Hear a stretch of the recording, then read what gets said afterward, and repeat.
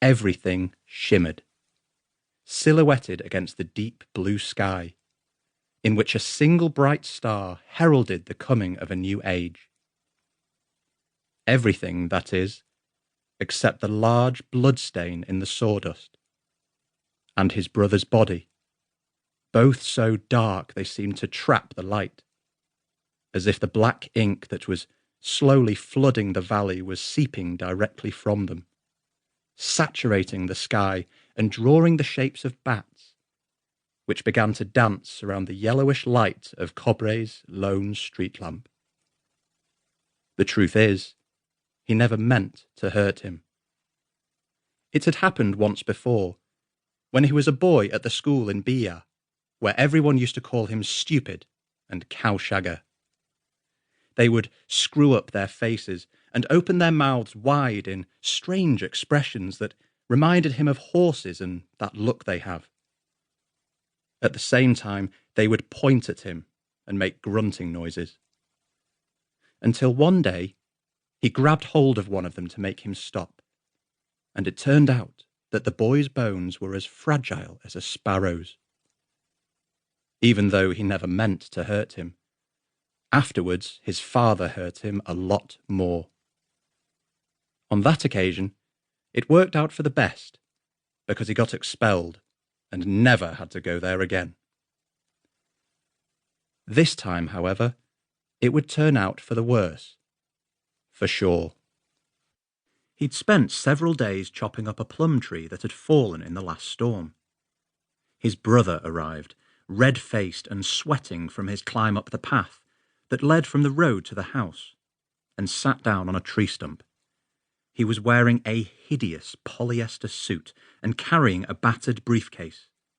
The wax in his hair had melted, he was sweating so much, and the long strands he had, as usual, combed over his bald patch, had flopped sideways, forming a strange tonsure and making him look like some kind of medieval monk who got off on holding a burning candle to his balls.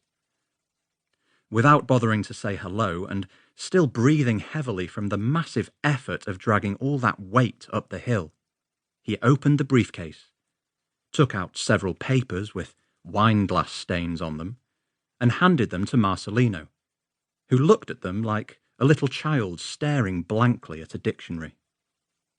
Yes, you're an animal. You can't read, I know. It doesn't matter, his brother said, getting to his feet. He looked in the briefcase again and took out a pen, which he also passed to him. Just sign here, and I'll leave you in peace. Marcelino stood there, papers in one hand, pen in the other, utterly bewildered. All right, you fucking retard, just scribble down 4 of your shitty letters and job done. Or put a cross. Do whatever the fuck you want, but do it now because I haven't got all day, he said, sitting back down on the stump.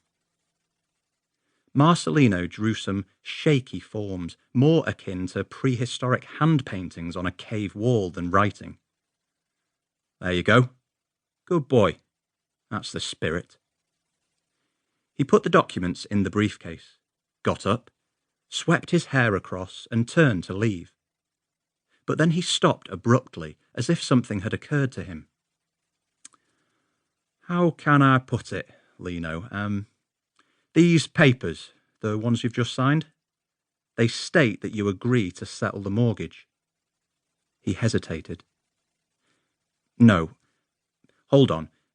It's more like these papers state that everything you own, everything that used to be ours, inherited from mother and father, the house, the meadows, the granary, the vegetable plot, the cows, the lot, no longer belongs to either of us, but to some nice gentleman who will come to claim it in the next few days.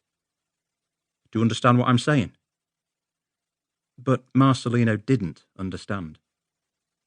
His brother took a hip flask out of his inside pocket and took a swig, as if feeling a slight pang of shame or guilt.